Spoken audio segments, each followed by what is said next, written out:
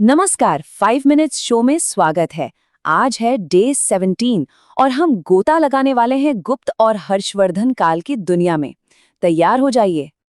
तो देखिए, रूल्स बड़े सिंपल हैं। 15 सवाल हैं, 3 अलग अलग लेवल के। और हाँ, ट्विस्ट ये है कि हम शुरू कर रहे हैं सबसे मुश्किल वालों से। तो देखते हैं कि इसकी तैयारी कितनी पक्की है। तो चलिए शुरू करते हैं पहले और सबसे मुश्किल राउंड के साथ। तो पहला ही सवाल, गुप्त वंश की स्थापना आखिर की किसने थी? सोचिए। और सही जवाब है ऑप्शन बी, चंद्रगुप्त प्रथम। यही थे वो जिन्होंने महाराजाधिराज की उपाधि ली और एक महान साम्राज्य की नींव डाली। सवाल नंबर 2, समुद्रगुप्त को भारत का नेपोलियन कहा जाता है, पर यह कहा किसने था? कौन थे वो इतिहासकार? तो ये थे विंसेंट स्मिथ। समुद्रगुप्त के जो जबरदस्त मिलिट्री कैंपेन्स थे ना, उन्हीं को देखकर उन्होंने ये नाम दिया था। अगला सवाल, इलाहाबाद स्तंभलेख, इसमें किसकी जीतों की कहानी लिखी है?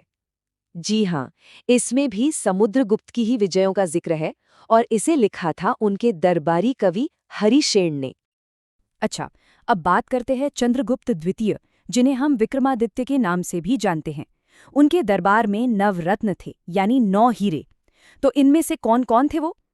सही जवाब है ऑप्शन ए, महाकवि कालिदास, महान एस्ट्रोनॉमर वराह मेहर और अमर सिंह, मतलब अपने अपने फील्ड के लेजेंड्स। एक और जबरदस्त किताब हर्षचरित, इसके लेखक कौन थे? इसके लेखक थे बाण भट्ट, जो हर्षवर्धन की ही दरबारी कवि थे। ये किताब हर्षवर्धन की बायोग्राफी जैसी है और उस जमाने के बारे में बहुत कुछ बताती है। जब हर्षवर्धन का दौर खत्म हुआ तो नॉर्थ इंडिया की पॉलिटिक्स में एक खालीपन सा आ गया। तो सवाल यह है कि उस खालीपन को भरा किसने? कौन सी नई पावर उभरी? वो थे गुर्जर प्रतिहार। उस दौर की एक बड़ी पॉलिटिकल पावर बनकर ये सामने आए। तो मुश्किल राउंड का ये आखिरी सवाल है और ये जुड़ा है शिक्षा के एक बहुत बड़े केंद्र से, नालंदा यूनिवर्सिटी। इसका सबसे ज्यादा डेवलपमेंट किसके राज में हुआ? तो इसका क्रेडिट जाता है गुप्त शासक कुमार गुप्त को। उन्हीं की देखरेख में नालंदा एक world class centre of learning बना। तो मुश्किल राउंड तो हो गया पार। जिनका स्कोर अच्छा है, बहुत बढ़िया। और अगर कुछ सवाल गलत भी हुए तो टेंशन नहीं, अब मौका है वापसी करने का। चलिए शुरू करते हैं राउंड 2, मीडियम लेवल के सवालों के साथ। तो मीडियम राउंड का पहला सवाल, महाकवि कालिदास ये किस राजा के दरबार में थे? सही जवाब है विक्रमादित्य, यानी चंद्रगुप्त द्वितीय। उन्हीं के नवरत्नों में से एक थे। अगला सवाल हर्षवर्धन के वंश के बारे में है। वो किस डायनेस्टी से थे? तो वो थे पुष्यभूति वंश के, और यकीनन उस वंश के सबसे शक्तिशाली राजा। अब एक सवाल ज्योग्राफी से जुड़ा हुआ, हर्षवर्धन की राजधानी क्या थी?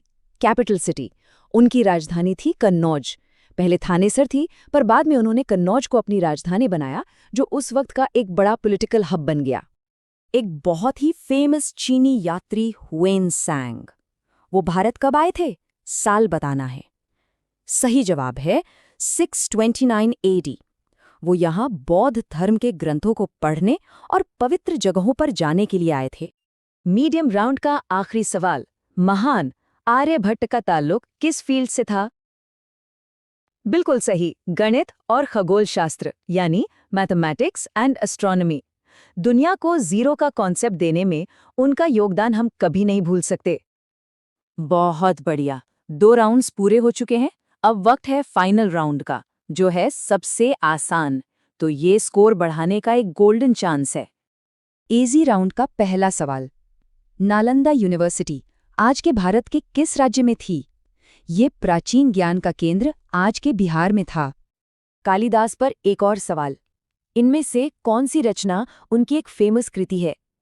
सही जवाब है रघुवंश। एक बहुत ही शानदार महाकाव्य है ये। और ये रहा इस क्विज का आखिरी सवाल, हर्षवर्धन कौन सा धर्म मानते थे? देखिए, शुरुआत में वो शिव भक्त थे, लेकिन बाद में वो बौद्ध धर्म के महायान संप्रदाय के बहुत बड़े समर्थक और संरक्षक बन गए। और बस इसी के साथ हमारे 15 सवालों का ये सफर यहीं खत्म होता है। अब वक्त है अपने अपने स्कोर कार्ड्स देखने का। तो फिर कितने जवाब सही हुए? फटाफट काउंट कर लीजिए। और हाँ, अपना स्कोर नीचे कमेंट्स में लिखना मत भूलिएगा। देखते हैं आज का टॉपर कौन बनता है। और अगर ऐसे ही मजेदार जीके क्विज और फ्री मॉक टेस्ट चाहिए तो CGL फैक्ट स्टेटस पर जरूर जाएं। आप इसे गूगल पर भी सर्च कर सकते हैं। तो देखिए, ये सिर्फ कुछ सवाल जवाब नहीं थे। ये इस बात की याद दिलाते हैं कि इतिहास सिर्फ फैक्ट्स और तारीखें नहीं हैं।